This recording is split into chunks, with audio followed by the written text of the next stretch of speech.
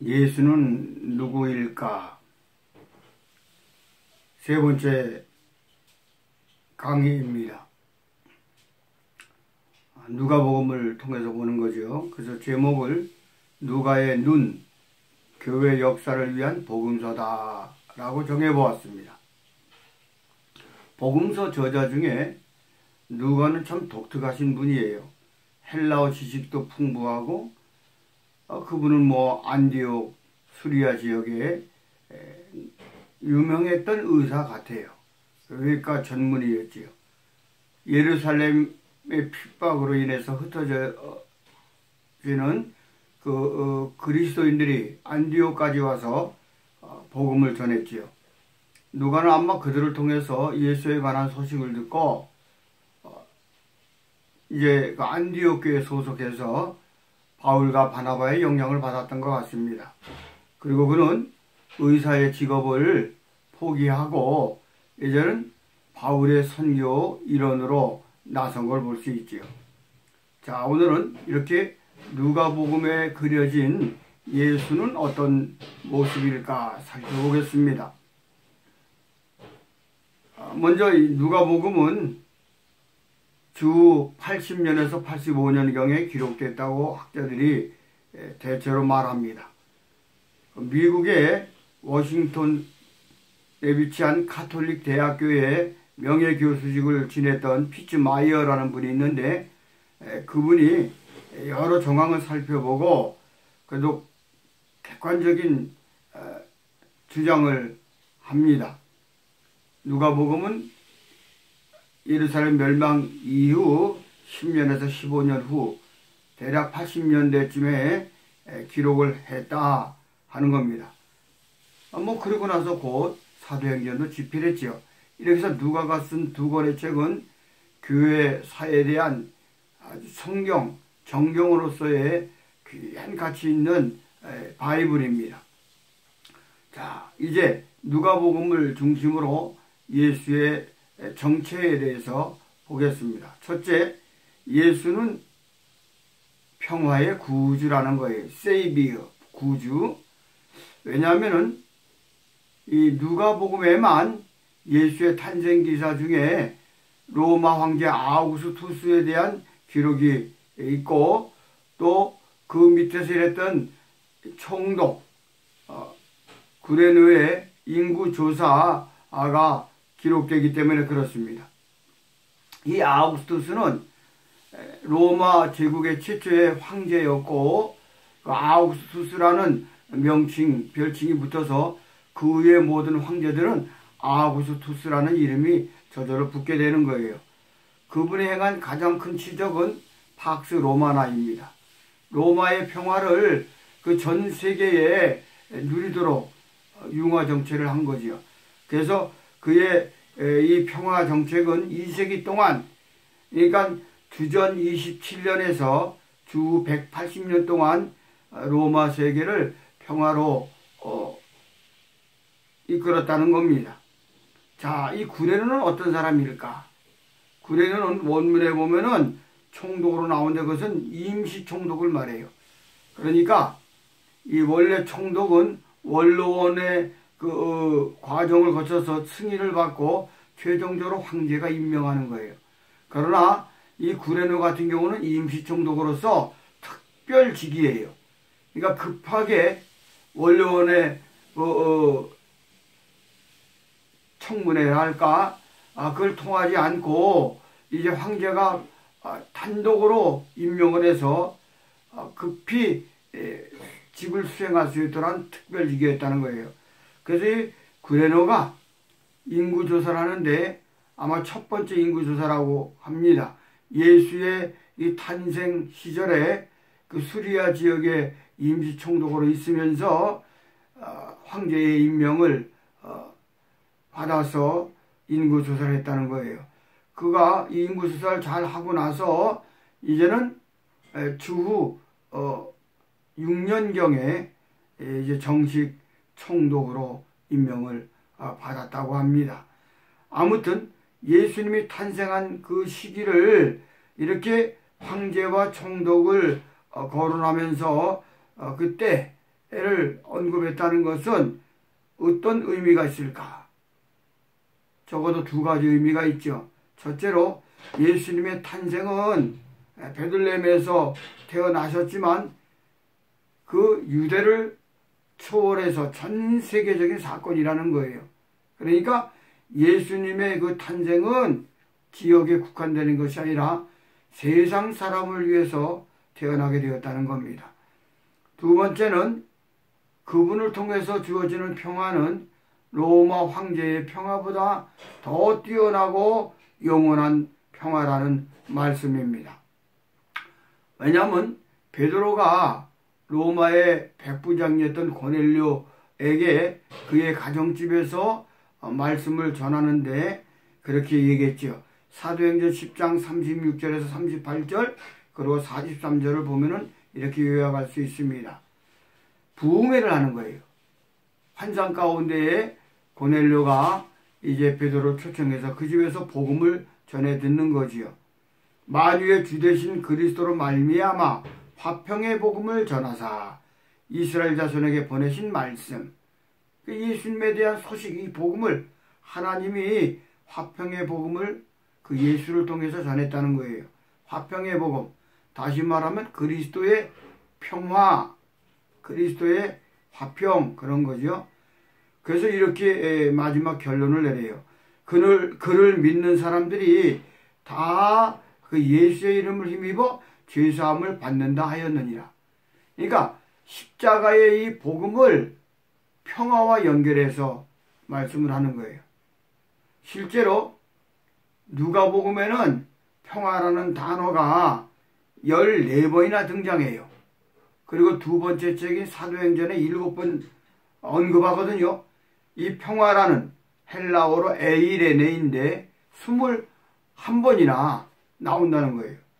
예를 들면 복음서 마태, 마가, 누가, 요한 중에 에이레네 가장 많이 사용한 것이 누가복음 14번이나 된다는 거예요. 따라서 누가복음을 살펴보면은 쭉 에이레네가 적용되는데 누가는 그의 첫 번째 서두와 말미에 이 용어를 썼다는 거예요. 자, 누가복음 1장 79절에 어두움과 죽음의 그늘에 앉은 자에게 비치고 우리 발을 평화의 길로 인도하시리로다. 누가 축복한 말입니까? 제사장 사가랴가 세례 요한의 아버지, 그 양반이 아기 예수를 축복하는 찬양시 중에 나오는 핵심이에요. 그 아기 예수의 탄생을 축복하면서 어두움과 죽음의 그늘에 앉은 자에게 비치고 우리 발을 평화의 길로 인도하시리로다. 우리 한글 개혁판에는 평강이로 번역했는데 평화지요. 자, 그리고 마지막에 보게 되면은 누가복음 24장 36절에 부활하신 예수께서 제자들에게 나타나서 하신 말씀이에요. 예수께서 친히 그들 가운데 서서 이르시되 너희에게 평강이 있을지어다. 에이레네, 너희에게 평화가 있을지어다 하셨어요. 자, 이것만입니까? 그 중간에 보게 되면은 두 번 또 강조해요.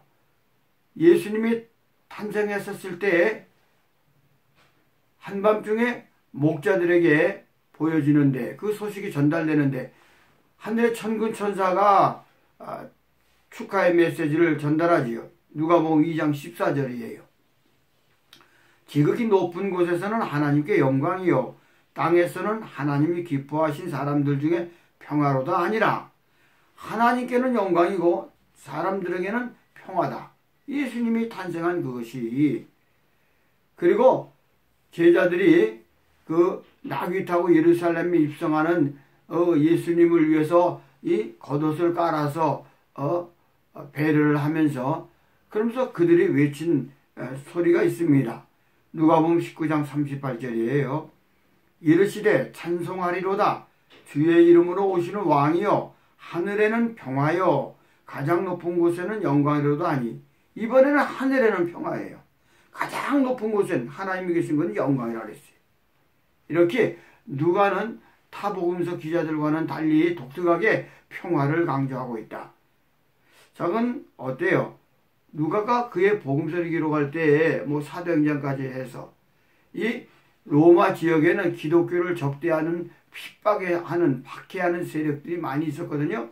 그들에게 이 기독교는 당신들과 대치하고 이 로마 제국을 무너뜨리는 혁명 폭동가들이 아니라 평화를 전하는데 황제가 전하는 평화보다 그리스도로 인한 죄사함의 평화는 영원한 해결책이라는 거죠. 그래서 누가복음에 이렇게 많이 나와 있는 걸 봐요. 자, 그 다음에 두 번째, 누가복음에서는 예수님이 어떻게 묘사되었을까? 그분은 기름 부음 받은 자예요. 그러니까 성령으로 기름 부음 받은 자다라는 거예요. 자, 여러분 성령이라는 용어가 신약에 몇 번 나온지 아세요? 89회나 나와요.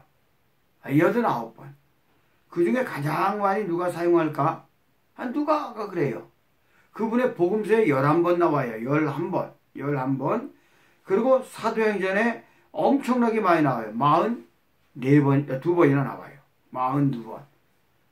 아무튼 누가는 그의 복음서에 보게 되면은 복음서 저자 중에 가장 많이 이 성령, 홀리 스피릿이라는 용어를 사용했다는 거예요. 자, 그 성령을 강조하는데 가장 핵심은 누가복음 4장에 나오는 나사렛 회당 설교지요. 예수님이 나사렛 고향에 오셔서 회당에 들어가 가지고 신년을 선포합니다. 구약시대에 7년마다 안식년이 주어지는데 7번 안식 때문에 77이 49. 그리고 그 다음에 50년 되는 그 때에 1년 동안은 신년을 선포해요. 그때 되면은 그동안에 전당 잡혔던 이스라엘의 백성들의 토지를 다시 원주인에게 돌려주게 되고, 이제 노예로 사들여서 노예 일을 했던 그 노예도 다 해방을 하면 노예 문서를 다 불살라버려요. 이렇게 50년은 땅이나 사람이나 해방을 맛보는 복된 해가 50년마다 새해가 선포되는 거예요.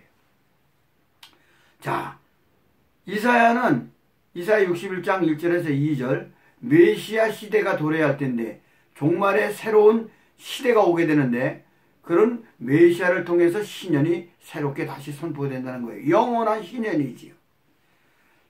예수님이 나사렛 회당에 가셔서 이 누가복음 4장 18절 19절에 보면은 이사야 그 예언을 두루마리 성경을 펴서 61장 1절에서 2절을 찾아가지고 낭독했어요. 그리고 랍비의 모습처럼 그 말씀을 해석을 했다는 거예요. 자, 주의 성령이 내게 임하셨으니 이는 가난한 자에게 복음을 전하시려고 내게 기름을 부으시고 나를 보내사 포로된 자에게 자유를, 눈먼 자에게 다시 보게 함을 전파하며 눌린 자를 자유롭게 하고 주의 은혜를 전파하게 하려 하심이라 하였더라. 네. 여기 주의 영이 임하셨다는 게 주동사예요. 이 주의 영이 임하셨어요. 주동사. 그리고 나머지 4개의 동사가 여기 다 붙는데 보조동사죠. 예? 가난한 자에게 복음을 전파하게 하셨다. 그리고 눈먼 자들의 눈을 뜨게 하고 뭐 그렇게 그것을 또 이제 선포하게 하셨다. 또 그게 뭡니까? 나를 보내셨다 이거예요. 그래서 그런 일을 행하게 하시는데 어떻게 돼요? 주의 은혜를 선포하게 하셨다라는 거예요. 그래서 가난한 자들에게 복음을 전파하기 위해서 포로된 자에게 자유를 주고 눈먼 자에게 보게 됨을 선포하기 위해서 또 눌린 자들을 귀신에게 억압되어 귀신으로 인하여 눌린 자들을 자유롭게 하기 위해서, 그리고 이것들은 결국 뭐예요? 이러한 것은 주의 은혜를 선포하는 것이라는 거예요. 이런 것들을 위해서 주동사는 뭐예요? 성령으로 기름 부었다. 성령으로 기름 부음을 받았다 하는 거예요. 이렇게 예수님은 가난한 자들에게 복된 소식을 전하는데 주의 은혜를 선포해요. 그래서 질병에 붙잡힌 자들을 질병을 고쳐서 자유를 주시고, 또 그 중에 이 맹인들이 가장 절정적인 이야기죠.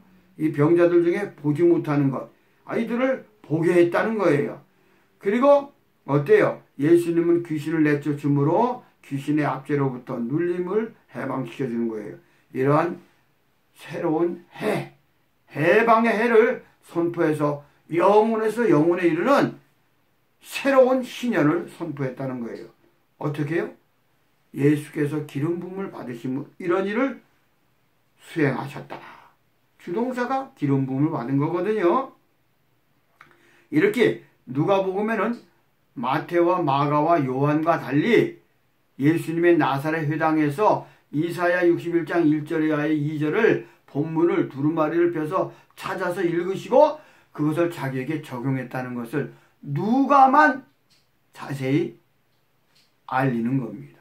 이래서 예수님은 바로 성령을 기름 붓듯이 받는데 어디서 받았습니까? 누가복음 3장 21절에 예수님이 세례 받으실 때에 성령이 기도하실 때에 성령이 비둘기 같은 형체로 예수님 위에 부어진 걸 말해주는 거예요. 이것을 사도행전 10장 38절에 그대로 다시 한번 반복하지요.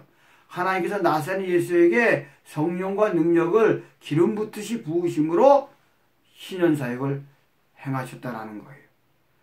자, 예수님은 기름 부음 받은 자다. 그 다음에 세 번째, 예수님은 여행자인데 제자들을 가르치는 여행자예요. 자, 누가복음에 보면은 가장 가운데 토막인 중심부가 여행 내러티브예요. 다시 말하면 여행 이야기라는 거예요. 9장 51절에서 10장 19장 28절까지 여기 보면 예수님이 제자들을 거느리고 가이사라 빌립보에서 출발해서 예루살렘 성전에 입성하는 이야기가 기록되는데 약 32km, 우리로 말하면 서울에서 수원거리 80리길을 제자를 데리고 여러 날을 걸려서 예루살렘에 들어가시는 거예요. 왜요? 우리를 구속하기 위해 희생의 제물로 십자가에 달려 돌아가시고 부활하시기 위해서 예루살렘의 마지막 목표를 두고 죽으시기 위해 여행을 하시는 거예요. 그래서 예수님은 여행자인데 어떤 여행자일까요? 제자들을 가르치는 여행자다. 자, 왜냐하면 여기 누가복음 9장 51절에서 19장 28절에 보면은 독특한 기록이 나오는데 거기에 누가복음만 기록되어 있는 예수님의 비유의 가르침이 11개 기록돼요. 물론 그 더 많은 비유가 누가복음 전체에 수록이 되는데 여기 여행 구간에는 특별히 마태와 마가와 요한에서 찾아볼 수 없는 누가만이 기록하고 있는 예수의 비유가 나온다는 거예요. 11가지가 비유의 내용입니다. 선한 사마리아 사람, 망을 구하는 친구, 어리석은 부자, 열매 없는 무화과 나무, 건축과 전쟁, 잃은 두 아들, 영리한 청지기, 부자와 나사로, 과부와 불의한 재판관, 바리새인과 세리의 기도, 열무나 비유. 이게 11가지는 누가복음에서 우리가 찾을 수 있는 독특한 누가가 기록한 누가의 예수의 비유라는 거죠. 자, 이 중에 가장 핵심은 그 중앙에 있는 비유들 가운데 가장 중앙은 단은 뭐예요? 예, 그것은 바로 세 개의 비유인데 탕자 비유. 근데 사실은 탕자 비유가 아니야. 형이 오히려 더 탕자예요. 따라서 잃은 두 아들 비유, 그 다음에 바로 이어지는 영리한 청지기 비유, 그리고 부자와 나사로 비유. 이게 15장부터 16장 쭉 연결되어 있는 세 개로 묶어져 있는 동일한 의미의 비유예요. 다시 말하면 당시 예수님을 비난하고 예수님을 박해하고 십자가에 못 박는 이 바리새인들과 서기관들에게 경고하는 메시지로 너희들도 나로 인하여 나를 믿고 하나님 나라에 오라, 들어와라 하는 초청의 전도 비유죠. 그래서 이 세 비유, 잃은 두 아들 비유, 마지막 아버지 문 앞에서 그냥 땡깡을 부리는 그 큰아들, 유대인이 실제 탕자예요.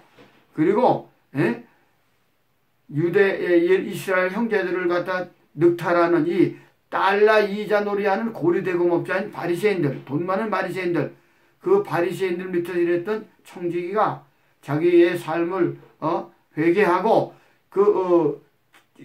빈 문서를 가져오게 해서 그 빚을 얻은 사람들을 다 불러서 이자를 다 떼버려요. 이자를 떼고 결국 그 바리새인 고리대금업자에게 잘리는 그런 이야기. 그래서 그가 다른 직업을 얻기까지 그 은혜의 혜택을 입은 빚을 얻은 사람들에게 가서 잠시 쉼을 누리는 이런 영리한 청지기 비유. 그리고 나서 그 하이라이트가 뭐예요? 아니 고리대금업자. 그 다음에 하이라이트는 부자. 그 부자가 어떻게 돼요? 지옥으로 가는 거예요. 지옥으로. 예수 없으면 다 지옥 가는 거예요. 당시 서기관들, 바리새인들, 예수님께서 경고의 메시지로 전도하신 하나님 나라 초청 메시지죠. 이 이야기는 뭐예요?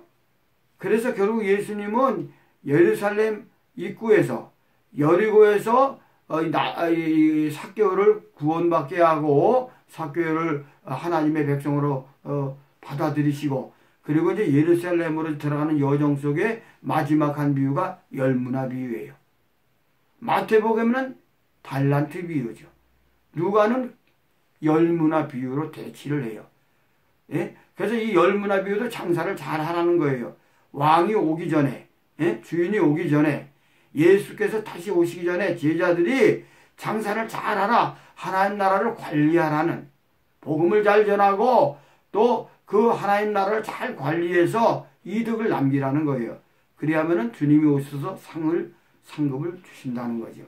이렇게 누가복음 9장 51절에서 19장 28절에는 예수님의 비유가 기록되는데 뭐 여러 가지 다 섞여 있는데 그 중에 그 안에는 11개 비유가 누가복음에만 단독으로 수록됐다는 거예요.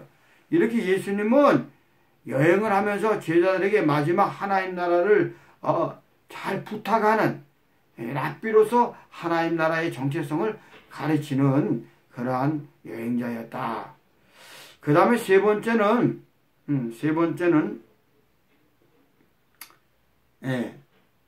그렇죠. 누가 보면 이렇게 세 가지를 묘사해요.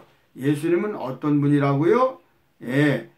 예수님은 세상에 평화를 주러 온 구주시다 하는 것이고, 그 다음에 예수님은 어떤 분이에요? 성령으로 기름 부은 받은 분이시다 라는 것이고, 그리고 예수님은 또 어떤 분입니까? 제자들을 가르치는 여행자다라고 했습니다. 이제 말씀을 맺겠습니다. 누가는 소아시아 수리아 안디옥에서 역사에 관심이 많이 있었던 외과 의사였어요.